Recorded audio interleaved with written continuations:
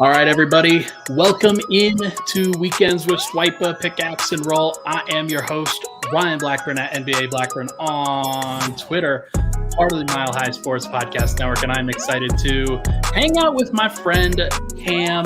Weekends with Swipa on deck should be a lot of fun. Hope everybody's having a great Easter. Happy Easter to everybody, to those who celebrate, and to those who don't, that's perfectly fine. We are here to have fun on this Sunday, regardless of what you celebrate. And my friend Cam and I are very excited to come to you for this one. Dude, this is going to be a crazy, crazy couple months. I am so excited. I am so excited about everything that's about to happen with this team. First of all, how are you? How'd you celebrate today? And what's going on in the life of Swiper Cam? Yeah, man. We'll start out happy Easter to those who celebrate. Happy Resurrection Day to those who celebrate. If you don't, appreciate you. Shout out to you. If you got a chance to do some Easter egg hunting or whatever, or you just slept in and had some brunch, whatever, all good. Hope you enjoyed your Sunday and your weekend.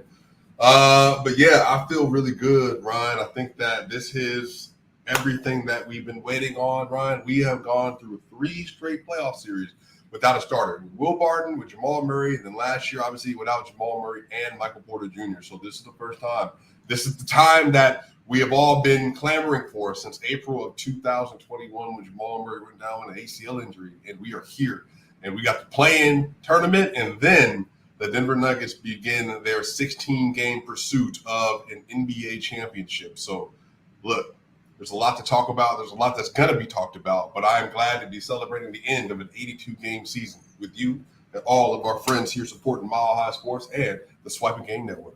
I love it, man. Everybody, make sure to give this a like on the MHS channel, on the Swipa Cam channel. If you're listening to this in the audio version, make sure to go rate, review, and subscribe on that front as well. That is always appreciated. You bringing back horrible memories, man. This is about 2 years ago since Jamal Murray tore his ACL. That was April 12th, 2021. I know exactly where I was when that happened. Do you remember where you were? I know I was watching the game on my TV, as I always do, propped in my spot in my living room, man. And I remember they were down 7 with less than a minute left. And, Jamal was just coming back from that little knee soreness he was having or whatever else it was. Then he did a real hard plant. And, it was one of those things where it looked like he was just playing really, really, really, really almost not out of control, but he was playing super hard. And then it was just a Derrick Rose-esque plant. And man, it was, at that point in time, man, it was just it sucks because Jamal Murray, you've just seen so much from him. And we've seen him since he's been in Denver in 2016. So we were all sad for him, but man, that was a hard moment for sure. It was difficult. I remember I was debuting an app for some company that approached me. It was like, hey, you can have these chats on this app. It's audio only, no video, nothing like that. And I was chatting with people and I'm watching this game. It's not going great, but then that happens and I'm just catatonic for the entire rest of the night. And because I knew exactly what happened. There was no question in my mind what was actually going down, and it was a sad moment for sure. For me, for a lot of people, it was just a brutal time. But if you're a Nuggets fan, you know that the last 2 years of time basically has been building and it's been in holding, and now they're at that point, they're at that threshold where you can stop worrying about what might be and just enjoy what happens now, because this team is going through this. They've gone through this regular season with some lack of, I think, energy and intensity of late, but they clinched the 1 seed. Who cares? And now you can enjoy. Now that's the hope, is that you can enjoy this moment as a Nuggets fan. And I know I'm going to enjoy it. It's going to be stressful. It's going to be fun. It's going to be just any number of emotions. Pick an emotion. You're probably going to feel it over the course of these next couple months. But the hope is that Nuggets fans can enjoy that ride together. And I'm excited to see what happens, man. But let's get down into our flow. We'll recap the week just a little bit here. Not anything from a perspective of like super importance here. I remember we recorded the last weekends with Swipa before the Golden State Warriors matchup where Denver won without Nikola Jokic. That was the Peyton Watson breakout game. That was really cool. Got to see Peyton Watson show up in Houston, show up in Phoenix, show up in Utah, and now show up again tonight or today against Sacramento. That's honestly probably my biggest takeaway from this actual week is that Peyton Watson's going to be a real player. What do you think about this week when Denver ultimately clinched again? Like as I said, as I predicted on the last weekends with Swipa, they won the Western Conference without actually winning a game. What were you thinking during all of those moments this past week? Yeah, if you've been on my timeline at all, you got a chance to see my thoughts on it. Oh yeah. I have been clamoring for I feel like some time now, like when he was drafted out of UCLA. There's this just 6'7" wing that's kind of a different kind of prototype. And we hadn't seen him really, Ryan, not for real. We saw him in spurts, but not like real basketball, right? And then Peyton Watson decides that we're going to get an opportunity versus Steph Curry. And he's like, all right, I'm going to get 3 blocks on Steph Curry in one game. And I'm like, oh, cool. And then he gets 2 opportunities versus Kevin Durant. And he shows up versus Kevin Durant and Devin Booker. And then we see him versus the Utah Jazz, gets another block on a dunk at the rim, and then gets another block on a floater, and then gets another block when Chris Dunn tries to take him off the dribble and he swats it with his left hand.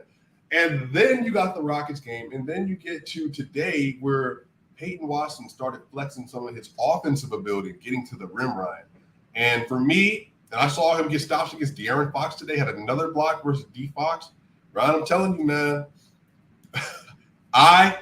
again, Ryan, you tell me, I want you to tell me, because sometimes I feel like you do a better job.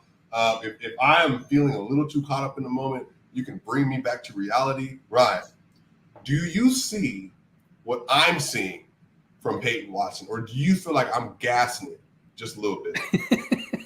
Well, you're gassing him up. I know that for sure. But what I will say is, like, it is something that Nuggets fans haven't really seen before, right? Like, his athleticism, his blend of skills, his size, his quickness, his intangibles.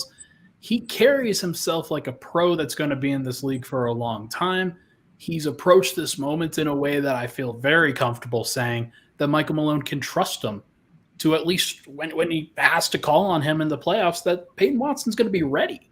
Peyton Watson's going to respond. And do I think that he's going to be a consistent part of the playoff rotation? No. I think that that's a step too far. But this moment with Peyton, I think, has really solidified Denver's choice in him. That they were right. Calvin Booth was right. What he was doing and what he's done over the course of this last just week and a half has proven exactly what the Nuggets wanted to see from him. Peyton Watson is going to be a player in this league for a long, long time. I don't know what that means. I don't know if he's going to be a starter. I don't know if he's going to be a star. I don't know if he's going to be an all-NBA player or anything like that. But what I do know is that he brings a skill set that makes him valuable. And a player like that, as long as you're given time to grow, to be nurtured, to be cared for, and then take advantage of the opportunities that come your way, I think that Peyton Watson's going to be an impact player for Denver as long as they continue to trust him. We'll see if that ultimately happens and whether it happens this year or in the years to come. But I see it. I see it just like you're seeing it, Swipa. Yeah, I think for me, it's just watching Christian Brown, 6'6". He got a little bit knocked in the draft because of his negative wingspan, apparently. And then you get Peyton Watson. You get him at 21 and 30. And we said, and I even remember, when he first came out, it's like, yeah, this is a guy that, you can see this year, see what he looks like, and mostly going to be a G League guy. He'll be able to contribute. And remember specifically, because he only averaged 3 points a game at UCLA, I think that was like one of the lowest amounts of points per game a first-round draft pick has ever had. And then on top of that, people were saying, well, this is like maybe year 3, he'll be ready to contribute to basketball. But Ryan, you don't take that kind of intangibles. And what I'm so excited about is that you have Christian Brown and you have Peyton Watson on rookie deals. And they've both shown that they have a tremendous ceiling when it comes to playing defense. And we've been asking for length for so many years. And so you give Jokic a 6'6" and 6'7" young, athletic wings who can cut and get to the rim and run in transition, and who also can defend and POA defense, at the rim defense from Peyton Watson. They're just setting the Nuggets' future up for so much success around Murray, Porter, and Gordon. It's going to be fantastic, man. I think that they're the exact types of players, like you said, that you want to have around as role players. And they, like I said, whether they grow into more than that or not, I don't know. But I hope Denver gives them every opportunity that they can get, because the sky really is the limit with these guys. I think Christian's a fantastic defender. I think that Peyton is a fantastic defender. And it would be nice to have really legitimately all defense caliber defenders in your rotation, because Denver hasn't really had that yet. And I think that KCP's had some moments, Aaron Gordon's had some moments, but I don't think anybody's getting those guys confused with real game changers on the defensive end. And I do think that Denver has at least a possibility that those other guys could become that, but we will see. Yeah, I would even say at this point in time, I think I would, from a paint presence standpoint, I think that you can make an argument that Peyton Watson has even more of a paint presence as a defender than Aaron Gordon does. Now, he doesn't have the physicality that AG has. That's really what separates AG. Like when he guards Kawhi Leonard or LeBron, he's so big and he's so muscular that it makes it hard to drive through him. But remember, when they were trying to guard SGA earlier in the year, if you got to see him in the playoff series, KTP was too small. Christian wasn't getting a lot of playing time at that point in time. Jeff was too slow, and AG had the best odds, but he also was, again, he was a little tired and nicked up. And then on top of that, that was the game where AG had 30 and was making crazy three-pointers, was working like crazy. But I think Peyton Watson and Christian Brown are your viable option to be like, look, SGA is going off. We need you to go at least corral him to some degree. And you could be like, look, bet, just go do your best, and you can actually see the length and this quickness coming into a factor. And the recovery speed, I think, from Peyton, which is underrated. God, I hope the Nuggets play the Thunder. That'll be so much easier and less stressful than some of these other matchups. And the Thunder will push them, but we'll talk about that in the second segment. But I do want to transition here a little bit. There was a game that happened today, the Nuggets and the Kings. Jack White looked like Dennis Rodman. Bruce Brown played a whole bunch of time, despite the fact that he probably shouldn't have, but he's a competitor and wanted to be out there. Reggie Jackson, Thomas Bryant had some good moments. Zeke Naji had some good moments. And then, as you mentioned, Peyton Watson had some good moments too. But I thought that today was just insane watching the box scores and checking in on some of these other teams. You had dudes punching people on the sidelines. You had the standings were flipping every 5 minutes. It was so crazy. And I know that Dallas got a little bit of flack for this, for tanking where they were, but I don't think the league needed Dallas to be there for today to be a great day. And it was a great day in the NBA with as much of the chaos and just combustible stuff that happened today from all of these teams. How much were you able to pay attention on this holiest of days? And I know that there's a lot that had to go into today if you're covering the Nuggets and just wanted to hang with family too. Right. Well, first off, Golden State put 55 points up against the Portland Trailblazers, who basically had benched everybody in the first quarter. By the way, that was not a halftime score; that was the first quarter. So I think the one that was the most interesting for me was the Clippers and Suns, because the Clippers easily could have just put that away, went to the 6th seed, put Golden State right there, called it a day. But they said, no, we actually don't care. We are willing to play whoever, wherever. And now we have a Clippers-Suns first-round series, which I am legitimately excited to see Kawhi Leonard at the apex of his powers with a must-win situation versus Kevin Durant. That's going to be must-see TV in basketball. And I think the 4 quarters of those games, they're going to be incredible. So I'm super excited. I think the Clippers having so many wings and even Terrence Mann level players on the top, they don't have a lot of POA defense for quick players, but I think for Kevin Durant and Booker, I think Norman Powell and Terrence Mann can at least, and even Russ to some extent, can at least make it work. So I'm really excited for that. The Lakers obviously got the win versus the Utah Jazz. Now everybody in LA is celebrating, and now they're the 7th seed, so they got the play-in and all that stuff. And apparently, since Rudy, wait, hold on, bro. Not even Rudy Gobert. Jaden McDaniels is out. He broke his hand before the playoff starts, punching the wall. Maybe the best wing defender in the NBA this year. Dude, that dude was getting that work by Brandon Ingram, and he punched a wall in frustration. Well, Brandon's been killing everybody lately. But, bro, the playoffs are here, and you had an opportunity to strap up for the first round versus whoever. And now you're done. You're not playing, and now he has a fractured hand. His shooting hand. That dude could have made an impact against LeBron James and Anthony Davis in the play-in tournament, but no, we're gonna break the hand. We're gonna wisely bow out at that point, I guess. And I think if you're the Nuggets, you're probably like, okay, well, maybe playing the T-Wolves wouldn't be so bad either. And if you're watching the Pelicans and seeing how many mid-range jumpers they settle for and how kind of weak they can be at times in their decision-making and how you've had success against them in the past when Jokic is actually trying, and that's fine too. But either way, like just Rudy Gobert and Kyle Anderson fighting each other. You had Mason Plumlee and Bones Highland getting into it. Former Nuggets. That's always interesting. Right. There was so much tension in today and so much combustibility in today where everybody thought, man, like gotta avoid the play-in at all costs, gotta avoid it and put ourselves into a great position to be successful. Clearly not a lot of people want to face the Nuggets, I guess. Like they're trying to avoid that particular matchup and trying to get to the Kings if they can, trying to get to the Grizzlies if they have to. But I'm curious, like I saw a lot of criticism of Dallas and for the way that they handled their business. Obviously, you mentioned Portland. They have not been a basketball team for the last month, basically. Do you think that the play-in is here to stay? Because it feels like things have gotten weird, but also weirdly competitive and non-competitive at the same time. Like there's been some great moments and there's been some real low points. Like what's your perspective on this? Was it Kevin O'Connor who suggested that if you keep the play-in, that the first seed should be able to choose who they play in the first round? Was it him?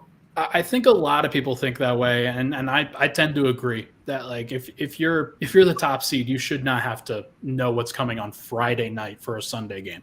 Yeah, because I think for me, it's like, so you're saying there's an incentive for bad to mediocre teams to remain bad or mediocre so long as they make the play-in with a 1-game or 2-game shot to make the playoffs.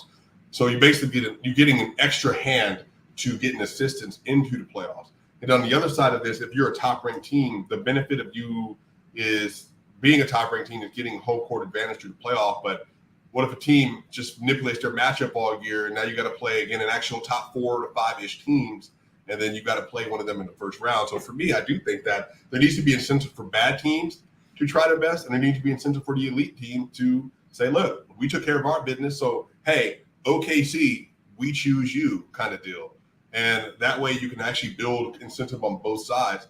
But to me, though, Ryan, you got 82 games to determine how good you are. For me, that should be it. Like I still am a little old school in that a little bit. I don't feel that's old school. I just think that like if you play 82 games and you still don't know who the top 8 teams in the conference are, then for me, that's just like, what are we doing? Like, then play your guys throughout the entire season. If you don't make it, you don't make it. And everybody gets a trophy. This is the NBA. Yeah, I'm kind of with you. I did like the idea, and I think that there are some good things that come with it, but I do think that there are some things that should be, I think, a little bit flexible, should be workable. The close to this regular season was good from a competitive standpoint. There's no doubt about that. Right. I think a lot of these teams are fighting really hard, and the parity in the Western Conference in particular, I think, has been really good for the NBA and for drawing some interest into all of these teams. But it involves like a lot of kind of like throwing of games with second night of back-to-backs. It involves, especially in that January, February period, it's like a lot of teams are just whatever is going on is fine. I do think that the Nuggets should get credit for taking this regular season more seriously than any of the Western Conference teams, at least to the point where like they could have won 60 games if they wanted to. And they didn't even take it that seriously for the last 6 weeks. I feel pretty strongly about that. But the fact that they still won 53 and nobody else could even really come like that close to them was pretty nuts. It's pretty nuts how flat everything is. And I'm not sure if it's a good thing. I'm not sure if it's a bad thing.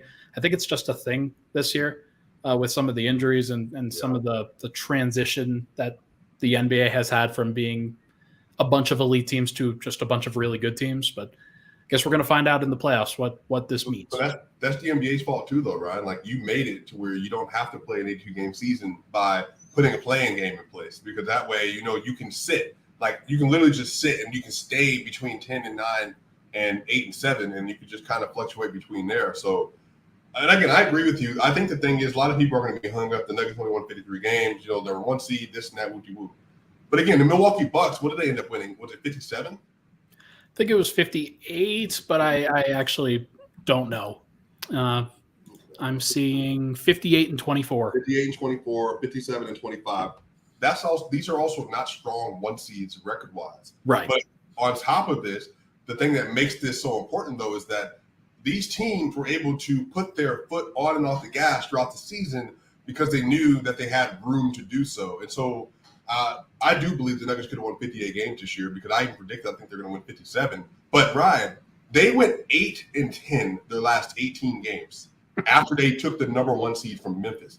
And, again, people don't realize this. They had a 7-game lead with a tiebreaker over the Memphis Grizzlies on March 3rd. And they went 8-10 over the next 18 games. And they won 53 games. So this is what I wish people sometimes outside of the Nuggets community could understand, because that means, Ryan, the Nuggets were sitting at, Ryan, they were 45-19. 45-19 when they won that game. And I thought they had a chance to legit get to, 58 and 24, 59 and 23. Like I thought all that was in play. But the Nuggets were just like, no, we're good. They took on the identity of their leader, and they just basically said that, all right, Spurs, Rockets, whoever, go ahead. Get your little wins, get your nice victories. If the Bucks are here, we'll mollywop the Bucks. If the 76ers come to town, we'll whoop the 76ers. But everybody else, we're going to basically give you our C game. And that's how they approach the rest of the year. So I do, I have some more takes on this too, Ryan. So I think the Nuggets took the gas off the pedal maybe a little too much at times.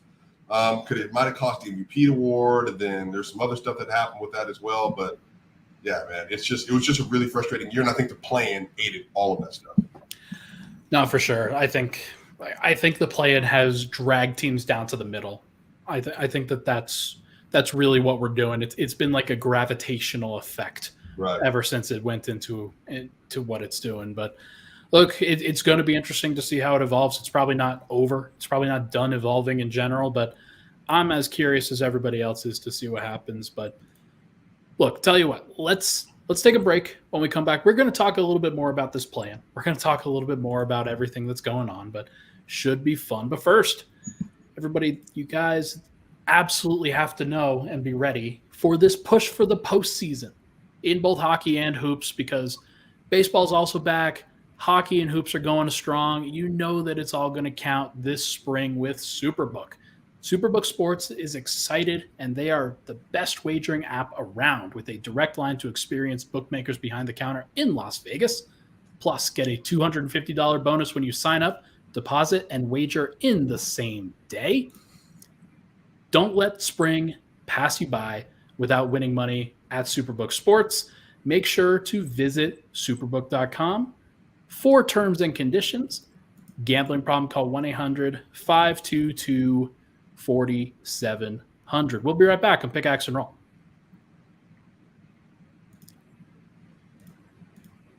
All right, we're back.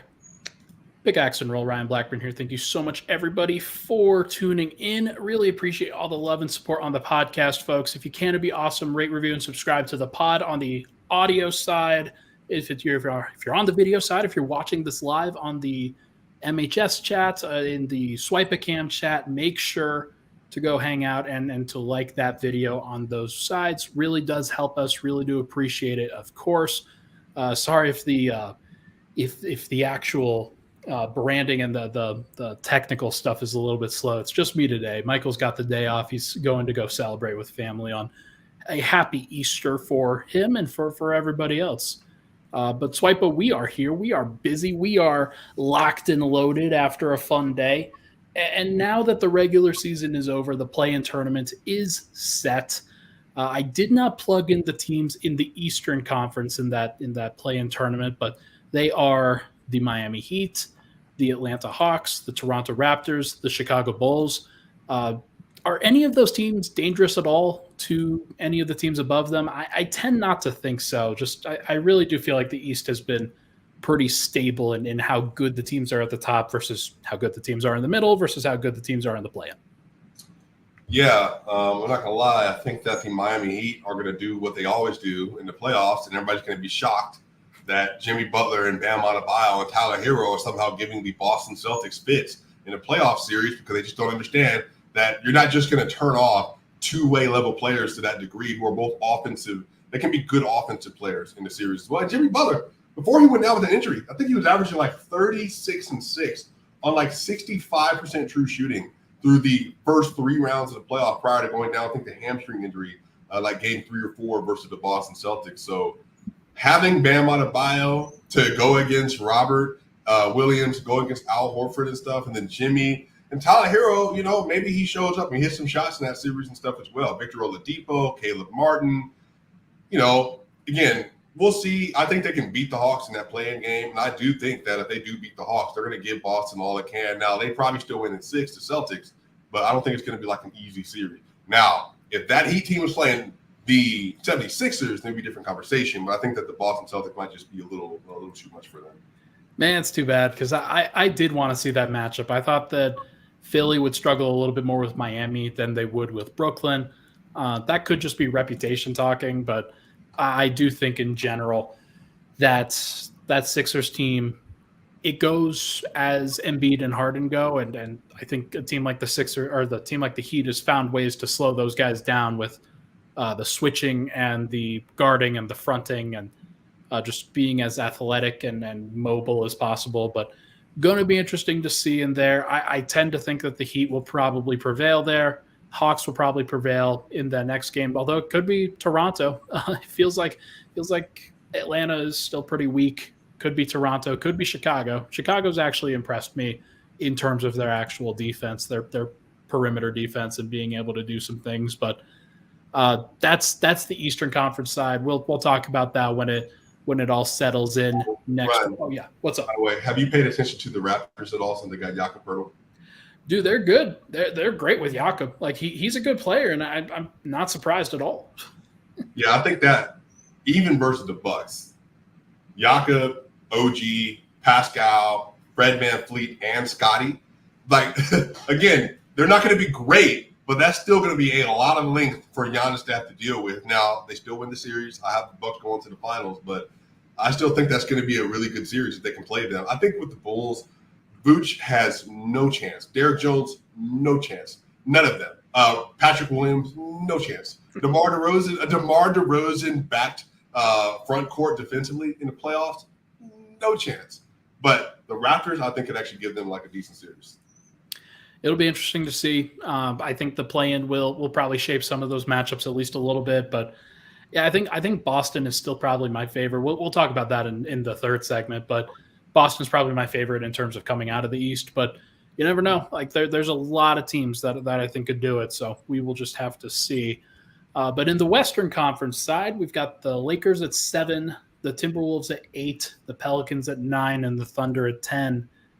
On Tuesday, we've got the Timberwolves at Lakers. Obviously, we talked a little bit in that first segment on what's going on with the Minnesota Timberwolves.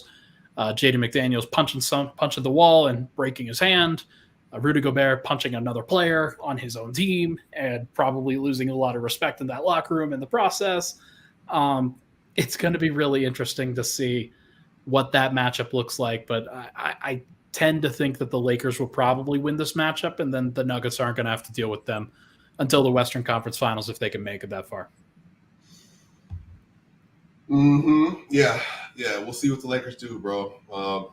Maybe we'll get that Anthony Davis and LeBron James everybody's been talking about, and D'Angelo Russell and Jared Vanderbilt and Malik Beasley and Troy Brown Jr. and Rui Hachimura, Mo Bamba and Wenyen Gabriel and all the rest of the cast of characters that ESPN and everyone's picking to win the West. And maybe a friend of mine, Jason Temp, might be picking them if we make the playoffs to make it out the West as well. So we shall see. But I will also say that I think that playing game is not going to be easy. Now, the Minnesota Timberwolves, if they don't have Jaden, is going to be a big deal. I do think the Lakers will win that. But yeah, bro, that OKC and Pelicans game, best believe that's going to be a dogfight.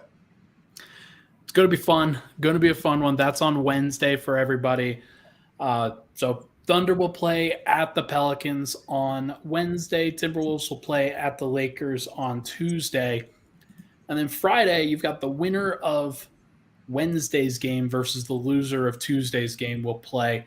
And whoever wins that matchup will face the Nuggets in a 1-8 matchup on Sunday. So not a quick turnaround for whoever that is. They'll have to really worry about their season. They'll have to worry about whatever's happening there. And I think Denver, they're going to get some rest, but they're not going to know who it's actually going to be, obviously. I'm curious to hear this. I talked to you about this prior to if it is the Lakers that drops in there, if it's the Pelicans or the Thunder or the Timberwolves, I want to rank whichever of these playoff teams is most likely to least likely to upset the Nuggets in a first-round series, because I tend to think that Denver can take all of these teams and probably will take all of these teams pretty easily in terms of a 5, maybe 6-game series, but it wouldn't surprise me if some of those matchups are pretty close. Denver doesn't necessarily close that well. I think that they've proven that. So which of those teams are you thinking about as the one that's the most concerning? Yeah, I mean, it's obviously going to be the Lakers number one. All due respect to LeBron James, top 2 greatest player of all time, 38 years old, but even still, he's a great player, great offensive player, not a great defender anymore, but, you can't really do that at 38, like, whatever. Anthony Davis, top 10 player, one of the best two-way players in the NBA, can always give you 38 and 16 with 4 blocks, and then it can always give you 17 and 12 with 2 blocks. You never know what you're going to get, but when he's at his peak, he is a clear top 10 player in the NBA. I think they're going to be number one. Of those next 3, I would probably put the Minnesota Timberwolves, I think Cat and Rudy with Anthony Edwards. They're still going to present problems. That's a lot of size and physicality, maybe. And then no Jaden McDaniels, though, so their defender's gone. So Jamal Murray is basically going to be cooking Jordan McLaughlin and, No, he'll go up against Ant. I think that Ant has really stepped in as a great perimeter defender. Is he going to be able to do both of those at the same time? No, I really do think so. I think that Jaden and Ant are both great in terms of when they turn it up. Now, I think that Jaden's better. There's no doubt about that. But I think that if you are predicting who is going to face Denver from a matchup standpoint, depending on if McDaniels has a hand wrapped and he's playing through it, then that's going to be one thing. But it would probably be Conley, Edwards, Kyle Anderson, Karl Towns, and Rudy Gobert as their starting lineup. That would be my guess. So Ant probably guards Jamal. Yeah, I can get with that. I still think Jamal will cook in that matchup just because I think Ant's good, but I think there's some clear things that he doesn't do well consistently. He's not always locked in, especially off ball as he needs to be, and then he's going to come off a lot of actions. So trust me, if you want to put Jamal Murray and Ant, well, hey, Jamal, literally just come off every screen imaginable and then do all this 2-man game. We're switching everything, covered up. Yeah, so I'm doing that. I'm probably going to say, bro, it might surprise you. I might do OKC next. I think that SGA, Jalen McDaniels, Isaiah Joe, you're going to get one of those games, bro. And then Josh Giddey and them, they're just going to get hot. And those kids don't know what not to know. So they're just going to play really bold in that series. Then the Pelicans. I mean, I don't know how many teams outside the Pelicans and Clippers that Jokic has shown that you don't have any answer for what I'm doing whatsoever. And Jokic legit might average a 40-point triple-double in that series. So Yeah, there's no doubt about that. Although with the Pelicans, I think that they have the offense, they've got the talent there, and some really elite shooting from C.J. McCollum, Brandon Ingram, and Trey Murphy. That's a good trio when it comes to actually shooting the basketball. And they also have the length and the athleticism that you're talking about to maybe slow down some of the other guys, even if they're not really slowing down Jokic. So that's going to be interesting. That's an interesting matchup, and I'm surprised they have the Pelicans at fourth. I think it's just because of the Zion situation. If he was there, then they would be all the way up to possibly 2. I just am very impressed with OKC. I mean, since January 1st, they've actually been a really good NBA basketball team, not just a playing team, but a really good NBA basketball team, especially. And there's no doubt. I think that if you're talking about matchups for Jokic, though, they have none. They've got at least Jonas Valanciunas can get you back some points on the other end. I don't know who the Thunder are going to start at center. It would probably be rookie Jalen Williams, not the Jalen Williams on the wing, but the Jalen Williams from Arkansas. That's a problem, I think, if you're the Thunder. So I would probably have them 4 just from a matchup standpoint. And I think that Denver just has so many wings and guards now that they can throw at SGA and try to slow him down just a little bit. Whether it actually works or not, doesn't necessarily matter. I think everybody can hold up in a switch most reasonably, but Denver's got enough guys that they can at least make his matchup a little bit tougher. But I do have to say, the Lakers are probably the top one. They're probably the team that you are most worried about if you're the Nuggets, just from the perspective of, hey, they have the one player in Anthony Davis, not really LeBron, but probably Anthony Davis, who you could realistically say, yeah, they could match up or match or exceed what Jokic does.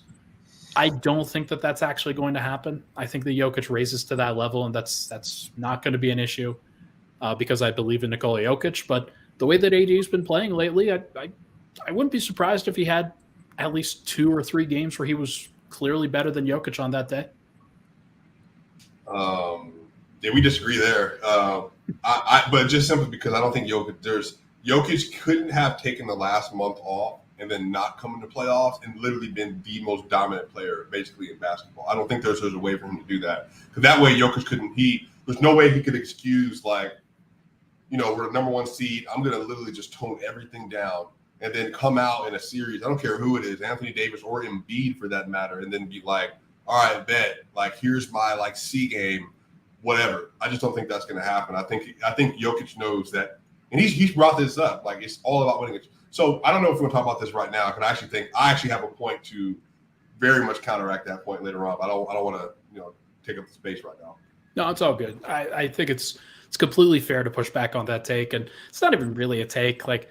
I just think that I could see a world where it happens, not necessarily that I actually think that it'll happen. Right. Just more from the perspective of, hey, this has happened in the past. This has happened where you've seen it before. You know what the matchup could be. I think a lot of people are living in 2020, though, when it comes to that particular matchup and saying, oh, yeah, Jokic is definitely not going to match up with LeBron and AD pick and rolls. No, he's going to be a little bit better than he was. I promise that. Right. But either way, I think you got to go. Lakers is the most difficult. You'll probably go. The Timberwolves is the second most. For me, it's the Pelicans third, and we'll go with the Thunder fourth. But I could see 2 and 3 flipping there because of this Jaden McDaniels injury. I think that, yes, there are some problems that a team like the T-Wolves could pose the Nuggets, but I do think that Denver's got the better talents. They've got the better pieces, and it's not about if Denver just brings their A game, a team like the Timberwolves is not going to be able to hang on either end of the court, by the way. Right. But yeah, we'll see. It's going to be a really interesting week, bro. Again, we get to that third segment. I got a little bit of spice things for the Nuggets, but we'll see. Real quick, going back to this matchup, who do you think wins, T-Wolves or Lakers? Lakers. They have to. There's no chance. They don't want to. Yeah, there's no chance. They have to win. I'm picking the Lakers too. Who wins between Thunder, Pelicans? I might go with the Thunder, bro. I really might go with the Thunder. Okay, and then you've got T-Wolves Thunder then in the Friday matchup. Who would you pick there? Bro. I'm gonna go with It's SGA versus Cat and Anthony Edwards and them. I'm probably going to say I'm going to take the T-Wolves there. Yeah, I think you've got it right. I think I would pick the Pelicans over the Thunder. Would I pick the Pelicans over the T-Wolves given what just happened? Given what just happened today where they had people punching each other because of this game. And now, even with all that happening, the Pelicans still lost that game. Right. So that's not exactly encouraging if you're a Pelicans fan. But I'll say T-Wolves too. I'll say the T-Wolves beat the Pelicans in that Friday game. And then Denver will face the T-Wolves in the 1-8 matchup on Sunday. That's my official prediction, your official prediction. We will see what ultimately comes to pass, but should be very fun from that. But either way, let's take another break. When we come back, we are going to discuss the playoff picture as a whole and really go over both the Eastern and Western Conference from that perspective. But first, everybody, Mile High Sports is doing some crazy things, and we've talked a lot about it. We've talked a lot about how it's great to be a Denver Nuggets fan, a Denver sports fan. But the coverage at Mile High Sports has never been better right now. And as you guys know, I'm doing all right on the Denver Nuggets side of things. Got my man Swipa here helping me out.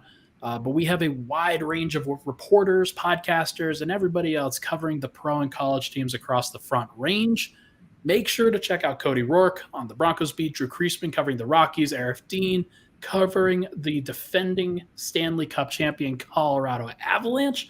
All of your local Colorado sports coverage is available at MHS, milehighsports.com, and across social media at Mile High Sports.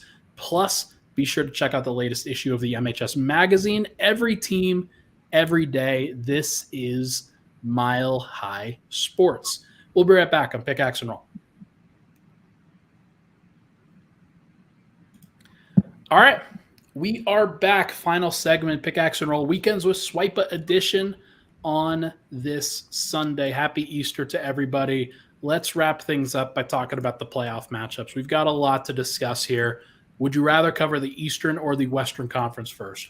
Let's get to the Eastern Conference first. That way we can get to the juicy stuff. Cool. Bucks are at the 1 seed, Celtics at the 2. We will see who they play in the play-in, as we mentioned. The Sixers and the Nets will play each other in that 3-6, and then the Cavs and the Knicks will play each other in that 4-5. Some interesting matchups there. I think I would have preferred Sixers Heat, as we mentioned, but I do like that Cavs-Knicks matchup. That should be a lot of fun. It's the Donovan Mitchell Bowl. That should be very interesting. What are your first impressions of the Eastern Conference as we look at it now? I mean, for me, it's pretty cut and clear who should win. I think all the top 4 seeds should win those matchups. I think it's good that the Knicks have been. I think that Donovan Mitchell, Darius Garland, Evan Mobley, Jared Allen, Karis LeVert, they don't have like a great bench, but I think that they have enough firepower, enough defense, I think, to get over the hump on that. I don't love Julius Randle in a playoff matchup there. I also, maybe Jalen Brunson's able to do it again. You know, he did it last year, 41 points. In a game without Luka in a playoff game last year, so maybe he's able to do it. But I think that the Cleveland Cavaliers should win that. The 76ers are playing against the Nets with Nick Claxton at center. And unless they're planning on double-teaming Joel Embiid every single possession, that might be Joel Embiid's best playoff series he's ever had. I mean, because there's just no one there. Like, Nick Claxton's way too small. They should win that arguably in 4 or 5 games. I think they're that much better than this Nets team. Yeah, it's going to be fascinating. I do think that one thing that the Nets really do have going for them is that they're going to win the math game in a lot of ways as long as they take enough threes. Like, if they have over 40 threes every single game, they're working it around the perimeter, they're trying to space out Joel Embiid to the perimeter, doing what the Warriors did to the Nuggets in the playoffs last year, doing what a lot of teams do to traditional centers when they've got that matchup. They're not going to be able to guard Joel Embiid. That's just not going to happen. So they'll probably switch everything. They'll probably front him in the post. They'll probably do what they did against Jokic and try to battle that way. And they may or may not have that success. And they may or may not make enough shots on the other end to make it competitive. But that's probably where I'm at with it. I think I'd probably predict Sixers in 5. I think you're pretty close to right on with that. I think the Cavs and the Knicks will be interesting. I do think the Cavs have more talent. There's no doubt about that. But the Knicks, I mean, they've played well this year. There's no doubt about it. And if they steal one in Cleveland, then Madison Square Garden is going to be going wild. That's going to be a crazy environment. And that's a series that I think they believe that they can win. Kind of like how they thought that they could win against the Hawks, but the Hawks just were a very tough matchup. I don't know if this is going to be a similar matchup, but I do think that the Knicks are just a better team than they were in that previous iteration that lost in that first round. So going to see what that looks like. But I think I would predict Cavs in 7, but it's tough. That's tough. Yeah, I think the biggest hinge piece for that matchup is Evan Mobley. If Evan Mobley can make his shots, meaning enough of those three-pointers be a threat, I'm about like 33, 35%. And then on top of that, if he can get that mid-range post-game going at all, I think he's going to win that series for them in 6-4-7. It's going to be an interesting matchup for him. He may have to avoid foul trouble with Julius Randle. That's going to be a bully ball kind of matchup for him. And Evan Mobley, not quite to the level of Jaren Jackson. Like, I think Jaren Jackson's got a lot stronger. He's gotten to be a point where he's not going to be moved as much.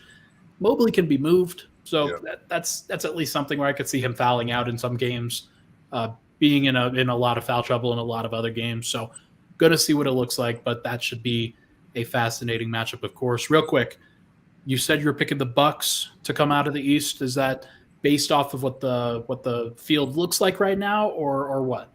No, it's because they have a guy named what is his name? Giannis Antetokounmpo, I think is how you pronounce his name. They have Giannis Antetokounmpo, Drew Holiday, Chris Middleton, Brooke Lopez. They have Bobby Portis, Grayson Allen, Pat Connaughton, Jay Crowder. They got Joe Ingles as well. And then apparently they have 6 other players on the roster they can play at any time. I think they have the highest defensive ceiling of any team in the playoff. I think that when it comes down to it, Giannis is arguably the best player in the NBA with the most unstoppable factor to him in the NBA, which is getting to the rim at will. And I think if he makes his free throws in the playoffs, you're cooked. Because you foul me and I'm making 80% of my free throws, you're done. And so that's your biggest hope. I think they have problems that almost nobody can actually deal with other than Embiid anchoring a playoff defense, which he's shown he can do at an elite level, and then also Boston being able to throw as many bodies as they do at Giannis. So again, really this comes down to Chris Middleton's shot making and Drew Holiday. If Drew Holiday doesn't go 5 of 19 again in a Game 7 run, I'm sure they're going to be fine. But if he does that again, they're probably going to lose. But I do think right now I'm taking Giannis. Drew Holiday is hilarious because there are times where I think he might be the best guard in the NBA based off of what he does. And then there are times, like you said, like he'll just completely disappear from a scoring and an efficiency standpoint. And it just goes off the face of the planet. So if they make their shots, they will probably represent the East in the finals. I think you're right there. I don't know if they're going to make their shots. I think I'd still predict Boston gets past them, but that involves Boston winning over Philly and then winning over Milwaukee in successive rounds. So that's going to be very, very tough for them. There's a benefit to getting that 1 seed. You only have to play whoever's the 8 seed, then whoever comes out of that 4-5, which is the Cavs or the Knicks, and it's just not the same. Who do you think has a better matchup in the front court for Giannis? Would it be the Knicks with Randall and Robinson and Isaiah Hartenstein, or do you think Jared Allen with Evan Mobley and then what's the guy, Wade, off the bench? I like Dean Wade. He's probably not the best player to throw into this particular conversation, but I think it's probably the Celtics. Or was that who you asked? Was it the Celtics? Between the Knicks and the Cavs. Oh, Knicks and Cavs. Okay. Knicks and Cavs. I mean, Randall will be super physical with him. Will he actually be successful? I don't know. But like that'll be a very, very physical matchup. And then like Mitchell Robinson's pretty good. Is he better than the Cavs guys? No. I think I'd probably take the Cavs defensive front court over them for sure. Just from a Giannis matchup perspective. I agree with that. Yeah, like I think okay. Now that I'm talking myself into it. I'll take the Bucks. I'll take the Bucks in the Eastern Conference. Just like, well, it does matter. Like being that one seed and not having to face both the Celtics and the Sixers on your way. I think that matters for sure. So we'll see if they can get through. We'll see what it looks like. But the Celtics and the Sixers are probably in for a freaking war. So Right. that's a scary prospect for both of those teams. And I think either of them could feel like they're bowing out real quick. But let's move on. Let's move on to the Western Conference. Western Conference now. On the bottom of the screen, you've got the Nuggets versus whoever's in the play-in, Grizzlies versus whoever's in the play-in, the Kings and the Warriors, the Suns and the Clippers.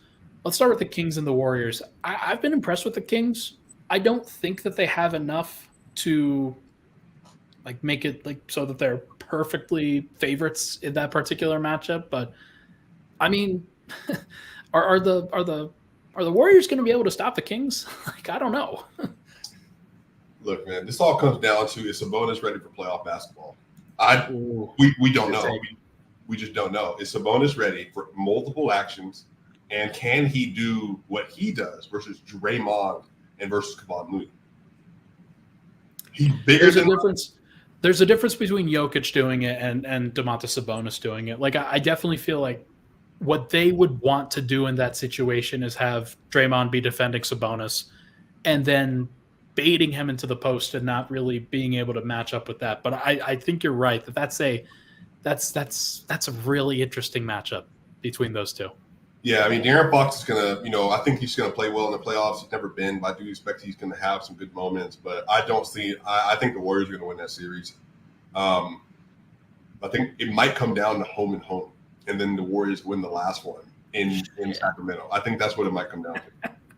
Dude, that would be crazy. You better believe that Scott Foster's reffing that game 7. There's no doubt about it. Oh my God, they're gonna be like, no, guys, sorry, it just the schedule's worked out that way. Come on, oh goodness. Oh man, but all right. So you got the Kings and the Warriors. I think I'd probably predict the Warriors. I think it's hard to pick the Kings just because I mean everybody what they mentioned Denver's defense as is actually what the Kings defense. That's what I was gonna say. I almost tweeted that out earlier that the Kings defense, who everybody thinks the Nuggets defense is, I was exactly about to say that thing. They have no one on their roster, no one except for Davion Mitchell, who doesn't play consistently, that can guard at a high level. No one. It's crazy. It's really crazy to watch Keegan Murray be their guy. That's like their stopper. And now I don't want to throw the cart before the horse here because for the Nuggets it's probably Christian Brown, but I do think I mean at least Denver has more of a foundation in terms of like a system that you can trust and guys that can execute the system. I just don't think the Kings really do. They don't have look. This is what I mean, Ryan. They don't have a KCP. They don't have an Aaron Gordon. They don't have a Christian Brown. They don't have a Bruce Brown, and they don't have a Christian Brown. Just those 5 alone, and Peyton Watson, just those 5 alone, they don't have those players. So, and then on top of that, and I've said this multiple times, we're like, Cameron, Swipa, how do you know that the Nuggets this, and that? Because the Nuggets have a 6'4.5" point guard, a 6'5" shooting guard, a 6'10" small forward, a 6'8" power forward, and a 7-foot center, 6'11", with all bench players from 6'4", 6'6", 6'8", 6'8", 6'7" to 6'11". That's their strength. They're longer than you, and they're more athletic than you. So that's what gives them the versatility. I'm not worried about the Kings and their length and at the rim. Like, I'm sorry. Sabonis he is what people think Jokic is defensively. Yeah. There's no doubt about it. I've had some disdain for what Mark Jones has said about Nikola. What happened to him? I thought he was a Jokic guy. Because he watches Sabonis, man. Like, it's crazy. It's like, but either way, hey, we are supporting the Kings. Like we would want the Kings to win. There's no don't get it twisted, folks. We want the Kings to be successful. That would be great for the NBA. It would be horrible for ratings, but it would be great for the NBA. Only the NBA where your ratings are determined by your market. Because if this was the NFL, it wouldn't even be a conversation. Like, oh, Joe Burrow and the Cincinnati Bengals are going to the Super Bowl. Great. We love that. We love to see those stories. The NBA is like, wait, Sacramento? Get out of here. Man, I know. Suns versus Clippers in that 4-5. You mentioned this matchup in the first segment. This is going to be fascinating, and I think it's a lot of it is going to come down to health from Paul George's standpoint on what he can actually provide. I thought I saw something come across the timeline that said that in his podcast tomorrow that he's going to drop a tidbit. I guess we'll see. We'll see. Like if he can play, and if Kawhi can play, and if they've got all of the wings and the depth and the versatility that they have. Now, they've punted on the regular season just like everybody else, but I don't know, man. Like Kawhi versus Kevin Durant is going to be super fascinating. Bro, can you imagine Russell Westbrook versus Chris Paul? This is what I mean, bro. Like Kawhi Leonard versus KD, Devin Booker hopefully versus PG, and then you got Terrence Mann, Norman Powell, and the rest of those guys, Robert Covington, Nicholas Batum. They have the perfect roster conceptually on the West to be able to deal with that. But then the shot making from the Suns, I'm telling you, bro, if Paul George is healthy, the Suns, because I've already said the Suns haven't beaten anyone since Kevin Durant got there. They haven't. They've beaten no one. And the Clippers have the identity, I think, to be able to take on that matchup. If Paul George plays, that series can go 7 for sure. And that's probably the biggest key. Is it's not necessarily about defeating the Suns in the first round. It's about putting all that mileage on Chris Paul and Kevin Durant and guys like that, who the deeper they get into the playoffs and the harder that they have to work in this playoff series with the lack of depth that they have. Like those guys are going to be playing 40 every single time, every single game just to get through it. Unless things work out in such a crazy way that they blow out a team early, I got to imagine that team's going to be exhausted after that series, no matter what happens. Like, even if it's a 5-game series, those are going to be a hard 5 games. If it's a 6 or 7-game series, then the team's going to be exhausted. So I think that I'd probably pick the Suns in that series, but it's going to be a war, and those guys are going to have to work for everything they got. Yeah, I think the Suns are going to win too, but I just think this idea – I think people have a different idea of the Suns than they actually are, because I think they have I think if you rank the Nuggets, Memphis Warriors, Suns, Clippers, Warriors. Or so what did I say? Nuggets, Memphis, Kings, Suns, Clippers, Warriors, and then maybe the Lakers and then the Timberwolves. I think that the Suns have the second worst defensive personnel of anybody in the West out of all 8 of those teams. Because interesting. Ayton is not a good rim protector. He's not. Kevin Durant's going to be their best defender they have on their roster. And for me, I think Josh Okogie's good. He's 6'4". He's a guard defender. He's not a wing defender. And then you got Chris Paul and Devin Booker in your backcourt. I think, and then Terrence Ross and Torrey Craig and Landale coming off the bench.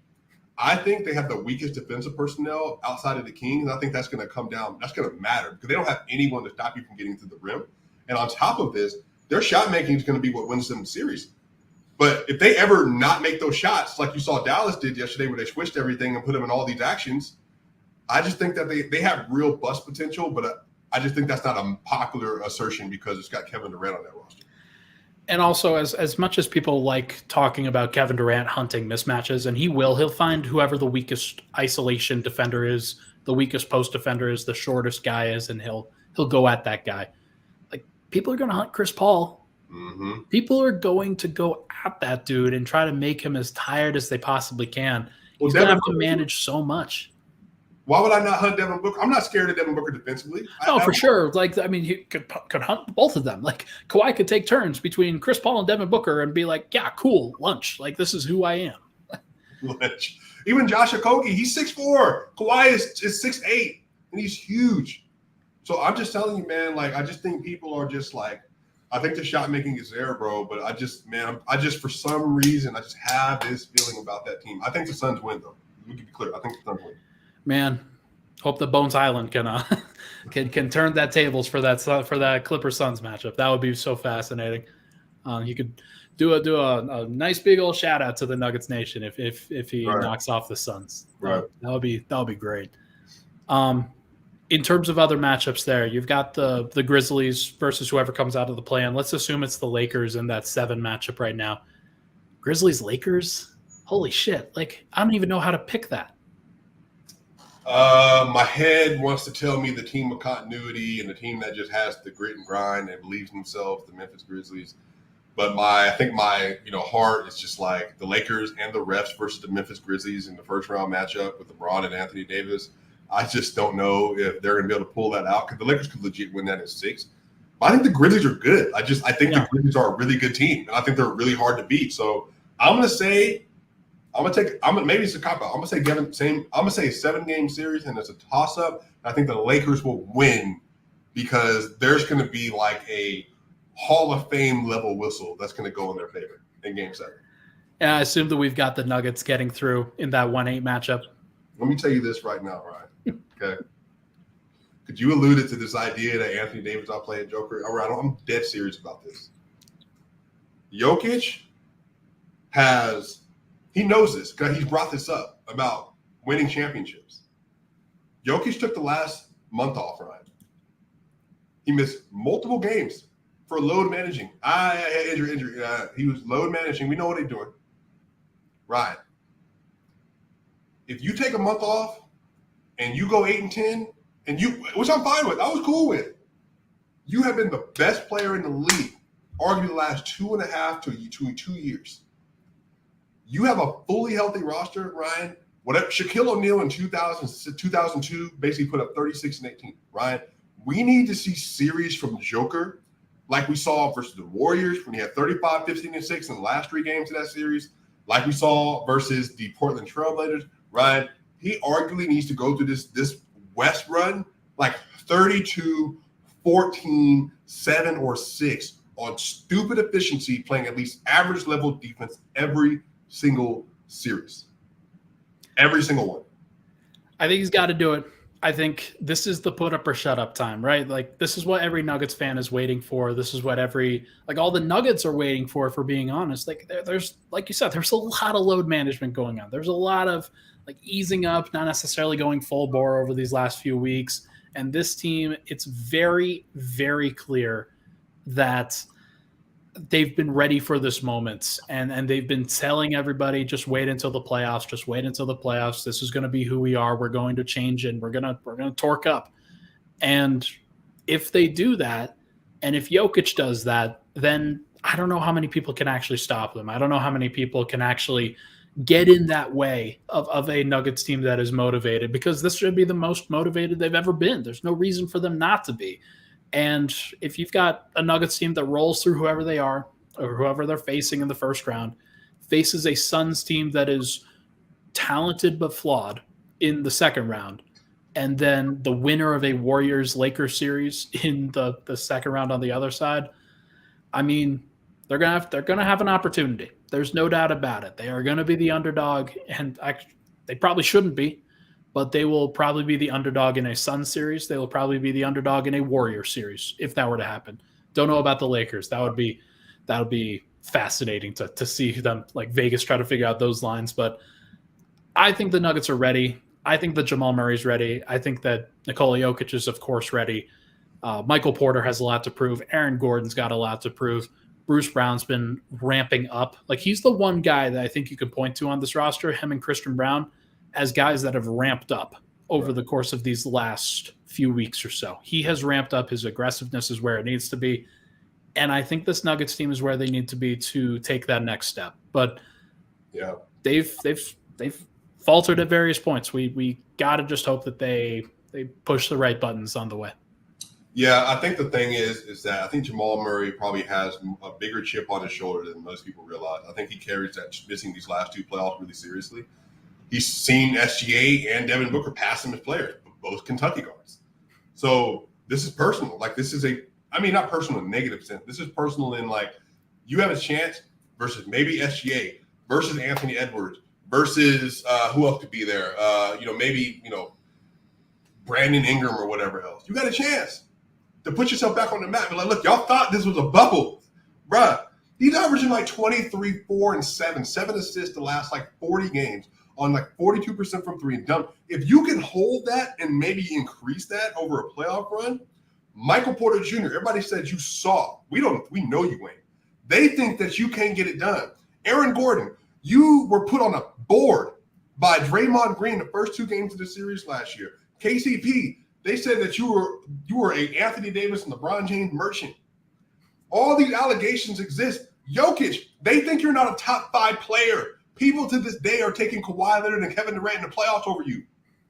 I'm telling you, everything is on the table, and you can go through Durant, you can go through Curry, and you can go through anybody else that you got to go through, and then get to Giannis, Embiid, or Tatum, and you can shut everybody up. This is why I'm so hyped, because I think with Christian Brown and Bruce Brown and Peyton Watson, Jeff Green, Zeke Naji, you have defensive ceiling you haven't had with KCP and AG and the rest of them. So I'm telling you right now, Ryan, man, I think the Nuggets, I believe this.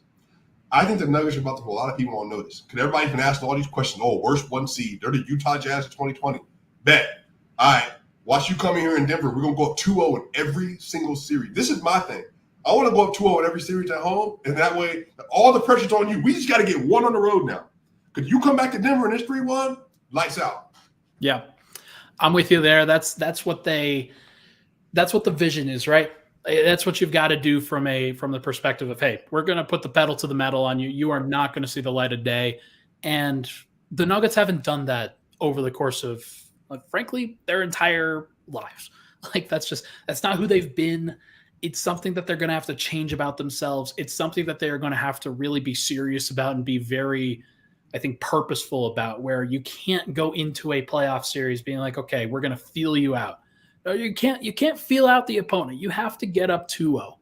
That's what being the home team means. You have to get up 2-0 and then put yourself into the easiest possible position you can to move on, survive in advance. It doesn't have to be pretty, but you got to fight, and you can't give up. There should be no question about who the most talented team is at the end of it, but you can't have any questions about who deserves it more. Right. Because this Nuggets team, that you can't leave anything up to chance with this. Jokic has to put it all on the court. Murray has to put it all on the court. All these guys, there's no doubt that they can. There's no doubt that they should. They should win the Western Conference this year. Now, whether they win the NBA Finals, I don't know. I can't predict that yet. But what I will say is that if Denver is going to be the best version of themselves, we're going to know it on Sunday. Mm-hmm. We're going to know it next week. If they do it, then great. If they are tentative, if they are unwilling to go full bore early on in the series, right, I will officially predict that they will not win the title. Wait, you saying Utah 2020 Game 7? Game 3? Yeah, I mean, if we see one of those, then I'll just be like, I'm done. I'm good. We're gonna go. Just to make this point to you, I've kept track of this. So since March 19th, so after that, Jokic played in the Wizards game, the Bucks game, the 76ers game. He played in the Rockets game and the Jazz game. He's played in 5 games. Ryan, that means that from March 20th to April 16th, he's played in 5 games. So if you are not 100% locked in, my bro, to do what you normally do, and I know he's going to do it. This is just us talking. Yeah. Bro, that's 26 days roughly where you play 5 games. You've had 20 days of rest, bro, going into the playoffs. Come on, man. Hey, look. Put everybody on everybody goes up on a milk carton. Whoever you playing against, they on a milk carton because you got to destroy them. And I believe you will, because I believe Jokic knows what's at stake. And I also know that he's at a different level than he's ever been. And now they can't trap you. They can't double team you. I'm cooking, bro. I'm telling you right now, bro. I'm telling you right now, bro. You thought I was cooking before? Oh, boy. I'm about to put y'all on bro. Playoff Swipa is a new version of Swipa that we haven't ever seen before, and it's gonna be hoodie Swipa, it's gonna be sunglasses Swipa, it's gonna be playoff Swipa. There's gonna be championship Swipa. I'm looking forward to all those versions. It's gonna be great. Real quick, takes from the future, and then we'll wrap this thing up. Last week, I predicted that Denver would win the 1 seed and clinch the 1 seed on a day that they did not play. That did not happen. It did happen. If you were tracking the timeline, and me tweeting about it and reverse jinxing the fuck out of the Memphis Grizzlies, then you're probably enjoying yourself on that Tuesday or that Wednesday night. That was a lot of fun. But in general, look, I mean, I think my take from the future this week is going to be that Jokic puts up 35, 20, and 8 in that game one. 35, 20, and 8, and they win by 20. That's going to be my prediction for whatever happens. They will be ready. They've been asking us to believe in them. They've been asking us to just wait and see what happens in the playoffs, and I'm going to give them the benefit of the doubt. Jokic puts up 35, 20, and 8, and they win game one versus whoever it is. But we'll see what that ultimately looks like. What about you? All right. They're going to win game one on Sunday, and I think they're going to have 3 20-point scores in that game. 3 20-point scorers. Who are they going to be? Man, probably your highest paid players. So I think it's going to be Jokic, Murray, and Anthony Porter. Hopefully. That would be great. That would be – and I'm really looking forward to this Porter playoff run as well. That's just going to – it's going to be very vindictive. Or what am I trying to say? It's going to be like vindication. There's going to be a lot of vindication there. I'm looking forward to it for sure. Can you imagine our episodes on a week-by-week basis for this? This is going to be incredible. Holy shit. I mean, it's going to be – we're going to be rolling, man. We're going to be rolling. This is going to be a lot of fun content for everybody that's in the chats right now. Make sure to come back here on Sunday. We don't know exactly when this Nuggets game is going to be, but I'm going to go ahead and say that Swipa and I will podcast after that game, unless it's deemed to be the night game, in which case we will podcast on Saturday and preview that series. That's going to be my thing. Because if it's an 8 o'clock, 8:30 game, then I'm sorry. Like, I'm not going to force Swipa to podcast after that game, after I do all the post game and shit. But we will cross that bridge when we come to it, either Saturday or Sunday, depending on how things go. But my man, it has been a pleasure. Thank you. Oh, that was not what I wanted. It's been a pleasure. Thank you for hopping in with me, my guy. Any parting takes before we head out of here? Y'all, and just enjoy the process. You have made it through an 82-game season, 53 wins. That's huge. First season. Celebrate that. Joker arguably had the best season of his career. Whatever anybody lies to you and telling y'all, Matt Moore put a great article about all 3 MVP candidates. Joker had an incredible year. Look, the team is great. Jamal Murray's here. Michael Porter's here. Aaron Gordon's here. Everybody is here. Enjoy the process. This is going to be maybe the funnest year possibly in Denver Nuggets history.